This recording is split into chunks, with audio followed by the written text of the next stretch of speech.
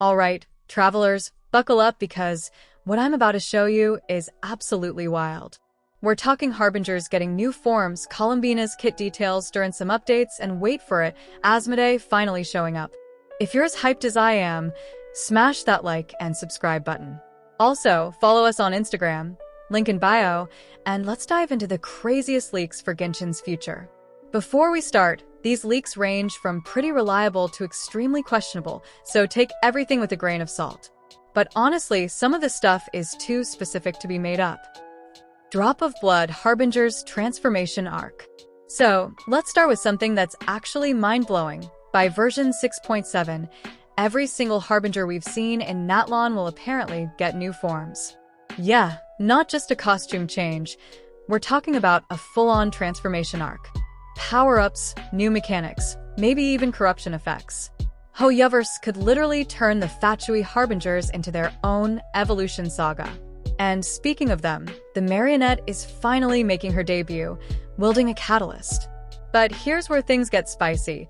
Nicole, who's heavily tied to the Hexenzirkel, also uses a catalyst. Two lore-heavy catalyst users showing up close together? That's definitely not a coincidence. DNA Dator's segment, New Weekly Boss. In version 6.3, the new weekly boss isn't Dator himself, it's one of his segments. Meaning, the real Doctor is still out there playing puppet master behind the scenes. And apparently, this boss requires lunar reaction teams to handle effectively. Translation? If you're skipping Coulmbina, prepare to suffer. Now, let's talk about Coulmbina because her kit is basically shaping up to redefine the reaction meta. She's the centerpiece of the new lunar reaction system, specifically Lunar Freeze and Lunar Swirl. Other characters can trigger Lunar Crystallize, but she's the only one who can access those first two. Her skills? Insane flexibility. She can switch between two hydro application modes with different frequencies, perfect for adjusting to any rotation. She gives the whole team interruption resistance, which means no more getting knocked out mid-burst. And her elemental burst buffs team attack, so she's not just enabling reactions, she's amplifying your entire lineup. Lore-wise, she's literally returning to the moon. Like, part of her story arc involves actually going back there. That alone has huge implications for the Celestia connection. The Mondstadt Renaissance. After years, Mondstadt is finally back in focus. Varka is becoming playable in version 6.4, and leakers are already calling his team setups wild. There's one composition that's being hyped a lot. Varka, Durin, Veni, and White Horse Immortal, nicknamed the Enhanced Wanderer team. And if you don't have Vendi, no worries. Feruzin is a solid alternative. Mondstadt's Anemo mains are about to dominate again. Durin joins the fray. Yup, Durin, the corrupted dragon himself, is going to be a playable unit. Though fair warning, he's got limited overworld utility, so don't expect him to replace your exploration team. Still, he's getting a dedicated artifact set in version 6.3, making him extremely viable in battle. And apparently, he's showing up in every 6.x update. Of course, was not in 6.0, we are talking later versions. Man's basically the poster child for Mondstadt 2.0. Old guards returning. Version 6.4 is stacking nostalgia. Both Veni and Dialog are getting major presence. The OG Mondstadt heroes are back in action. And it's not just them. Wanderer also gets his own exclusive artifact set in 6.3. Leaks suggest that new artifact set which Varka will use. Wanderer can use them as well. If you're an Anemo loyalist, you're about to feast. Liyue's new era. Over in Liyue, we're not getting a new map expansion, but Zhongli's story involvement picks up heavily after 6.3. During Lantern Rite, we'll meet a new 5-star female support tied to the White Horse Adeptus. She inherits Caledon Mare's constellation and name. The twist?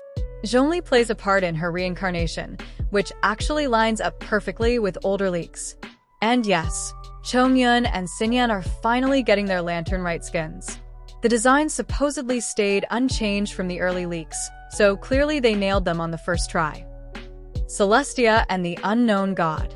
Now for the part that's making lore fans lose their minds. Version 6.2 introduces a new Archon quest area called Hypoborea, not a region, just a massive domain. But inside, there are depictions of Nibelung, the Dragon King himself. That's a big deal for long-time lore diggers. Then, in 6.4, the sustainer of heavenly principles, Asmody, finally steps into the story. But here's the twist. She appears inside what's described as a simulation of Celestia.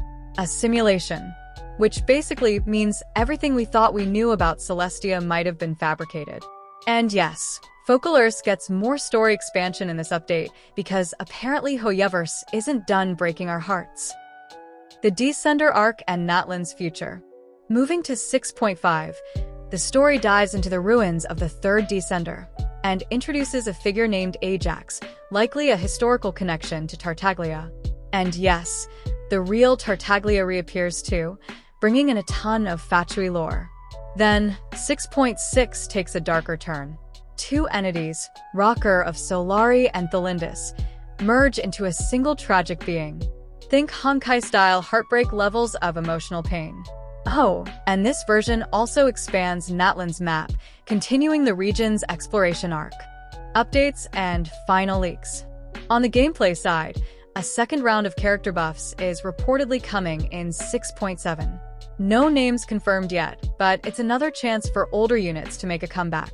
And now, bad news for Alice fans.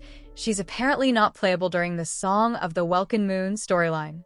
But honestly, that makes zero sense. She's been teased for years, voice lines, event references, Klee's mom, so it's hard to believe they'd hold her back forever. So, yeah, the next few versions are shaping up to be absolutely stacked. Harbingers evolving, dragons joining the party, Celestia breaking apart, and Mondstadt getting its long-awaited revival. What are you most excited for? Coulmbina's meta-breaking kit? Varka's debut? Or Asmody finally stepping out of the opening cutscene? Let me know in the comments, drop a like if you made it this far, and of course, subscribe for more deep dives and breakdowns.